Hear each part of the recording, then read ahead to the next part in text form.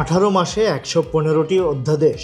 দায়মুক্তি শব্দটা যখন বারবার ফিরে আসে তখন খটকা লাগে বইকি। যে বিপ্লব হলো ন্যায় বিচারের জন্য, সেই বিপ্লবের কারিগররাই কি এখন আইনি সুরক্ষার বর্ম খুঁজছেন? 27 তারিখের পর থেকে রাজনীতিতে নতুন হাওয়া। তারেক রহমান প্রধানমন্ত্রী হিসেবে শপথ নিয়েছেন, কিন্তু একটা জায়গায় খটকা রয়ে গেছে। সংসদ সদস্যরা শপথ নিলেও সংবিধান সংস্কার পরিষদের সদস্য হিসেবে শপথ নিতে তারা নারাজ। স্বরাষ্ট্রমন্ত্রী সালাউদ্দিন আহমেদ সরাসরি বলেছেন, সংবিধান সংশোধনের আগে এই দ্বিতীয় শপথের কোনো আইনি ভিত্তি নেই। আর এখান থেকেই শুরু আসল বিতর্ক।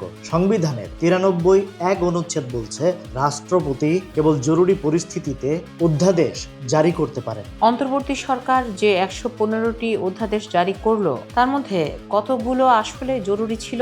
যেমন জুলাই গণ অভ্যুত্থানকারীদের সুরক্ষা দিতে যে দায়মুক্তি অধ্যাদেশ আনা হলো, সেটা কি স্থায়ী কোনো সমাধান? আমাদের সংবিধান অনুযায়ী দায়মুক্তি দেওয়ার ক্ষমতা কেবল নির্বাচিত সংসদের। রাষ্ট্রপতি অধ্যাদেশ দিতে পারেন ঠিকই, কিন্তু সংসদ বসার 30 দিনের মধ্যে যদি সেটা পাশ না হয়, তবে সেই অধ্যাদেশ স্রেফ এক টুকরো কাগজ ছাড়া আর কিছুই নয়, অটোমেটিক বাতিল। এমনকি হাইকোর্টে রিট হয়েছে। 12 ফেব্রুয়ারির গণভোটের বৈধতা চ্যালেঞ্জ করা হয়েছে। এই সরকার যখন ক্ষমতায় আসে, তারা বলেছিল আইনের শাসন কায়েম করবে।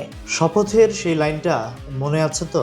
অনুরাগ বা বিরাগের বশবর্তী না হইয়া সকলের প্রতি আইন অনুযায়ী যথাবিহিত আচরণ করিব। কিন্তু গেল 18 মাসে আমরা কি সত্যি সেই নিরপেক্ষতা দেখেছি, নাকি দায়মুক্তির আড়ালে কিছু বিচ্যুতিকে বৈধতা দেওয়ার চেষ্টা হয়েছে? ইতিহাস কাউকেই ক্ষমা করে না। 2006 সালের বিএনপি কিংবা 2024-এর আওয়ামী লীগ, প্রত্যেককেই কিন্তু তাদের কাজের দায় মেটাতে হয়েছে।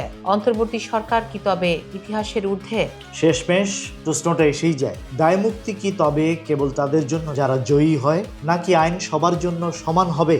উত্তরটা তোলা থাকলো সময়ের কাছে। তবে নতুন সরকারের জন্য এই 115টি অধ্যাদেশ এখন এক বিশাল আইনি চ্যালেঞ্জ। হয় এগুলোকে সংসদে পাশ করিয়ে বৈধতা দিতে হবে, নতুবা বাতিলের মিছিলে নাম লেখাতে হবে।